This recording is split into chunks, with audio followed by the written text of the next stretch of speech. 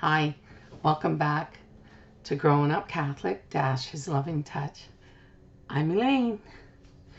So, as promised, I'm going to tell you about my dad's side, my grandpa, and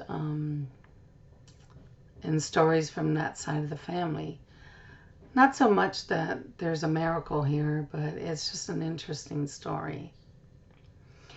So, my dad loved to say he was conceived in Italy and born in Canada, but that's not true. He was conceived and born in Canada. Now, my grandfather came to Canada, I think around 1929, and my grandmother, well, I'll tell you, my grandfather's name was Luigi Balestrini, and my grandmother's name was Anna. I do not have any information on how they met, whether it was an arranged marriage or I don't know. But they did meet. And they did marry. And they had 5 children, 3 boys, 2 girls. My dad, Joseph Albert Balestrini, was the oldest in the family. When he was about 13, this is where that story comes to play. My dad was going to be making his confirmation. So it was an active time in their lives. And then one day, my grandpa's cousin and best friend showed up at his door with his then girlfriend. And immediately they were embraced into their home and, and celebration of always Italian food, conversations, and wine. I always hated wine when I was a kid. My grandpa used to say to me, Elena, you know a good Italiano. He always said that. But anyways, back to the story. So his cousin and his girlfriend were welcomed, of course. But Grandpa would not let them sleep together in his house because they were not married. And, his cousin, accepted that fact. So Grandpa and my dad both noticed how nervous his cousin was, and it just made my grandfather, a little leery of what was going on. But my grandpa didn't ask, and he didn't say anything. And then one day, a few days later, his cousin pulls out a gun and puts it on the table. And my grandfather said, what are you doing? There is no guns in my house. And he said, I need this.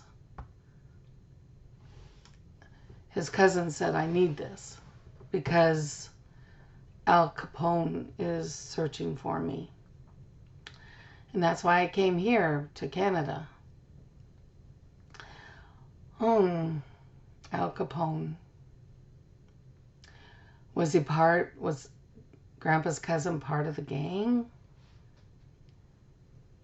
That was never really confirmed. Although I researched it everywhere. But I know my grandpa wasn't lying, and my dad and other family members told the same story.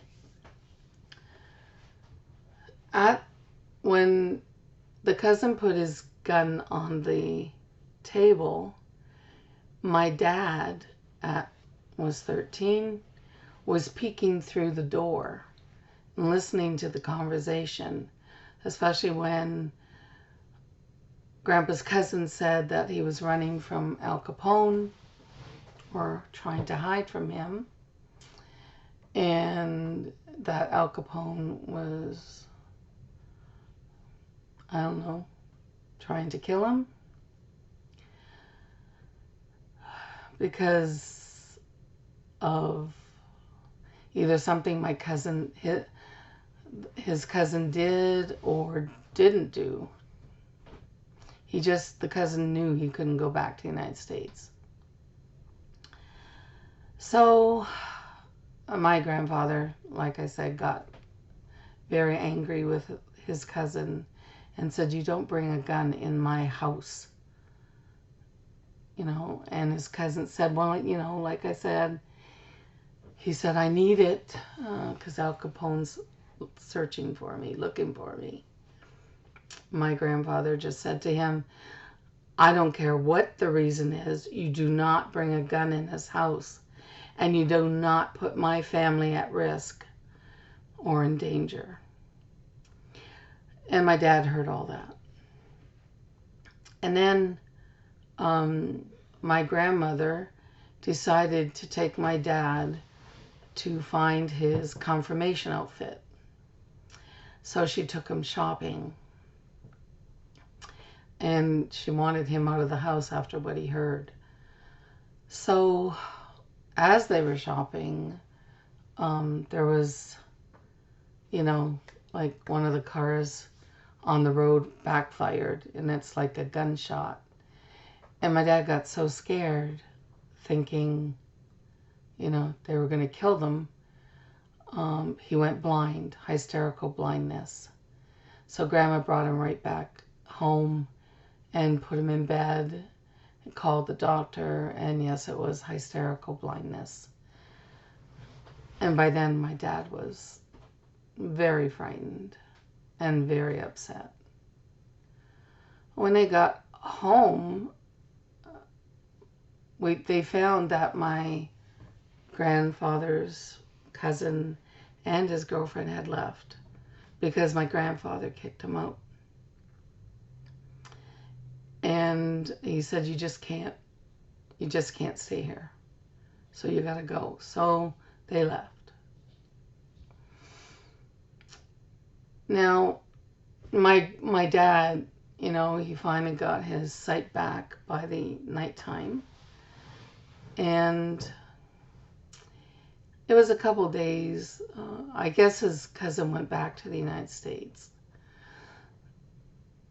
Now, the story goes that Al Capone's gang found the cousin and he was killed.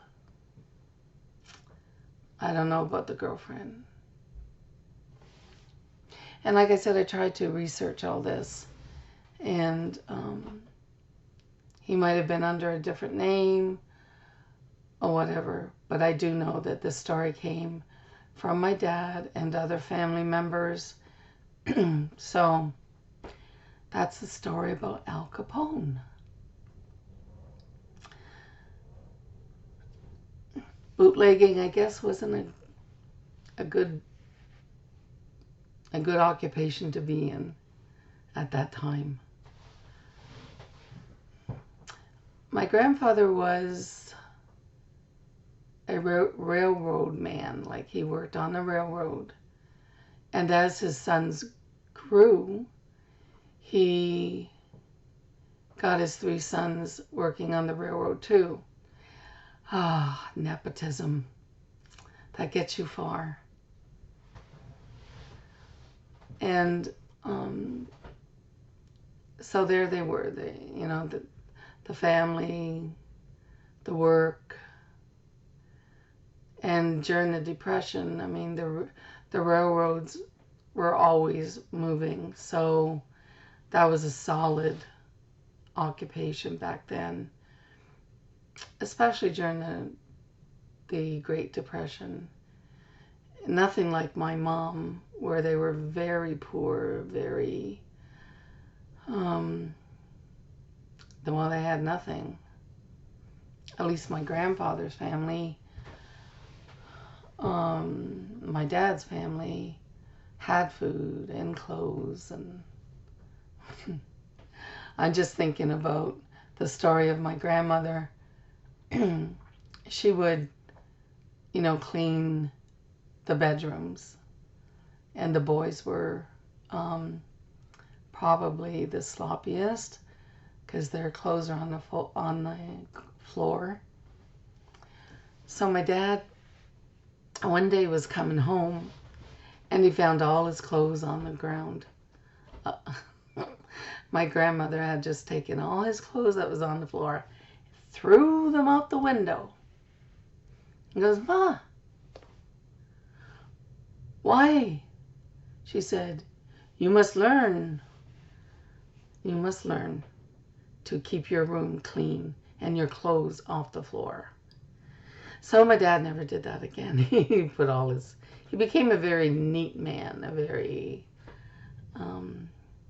conscientious of his clothes and his surroundings. I'm sorry I keep saying, so that's all I'm going to tell you today.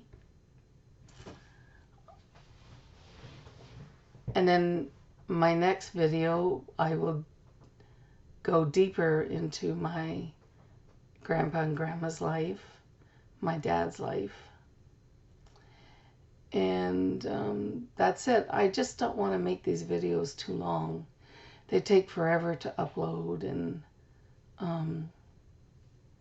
yeah, it's a fact right now. So many of us are on YouTube. Okay. There was no miracle there. Well, except that my dad got his eyesight back. But that's it for now. I will post again in a couple days. God bless you. Stay safe. Stay healthy. Stay at home. Okay. God bless. Bye.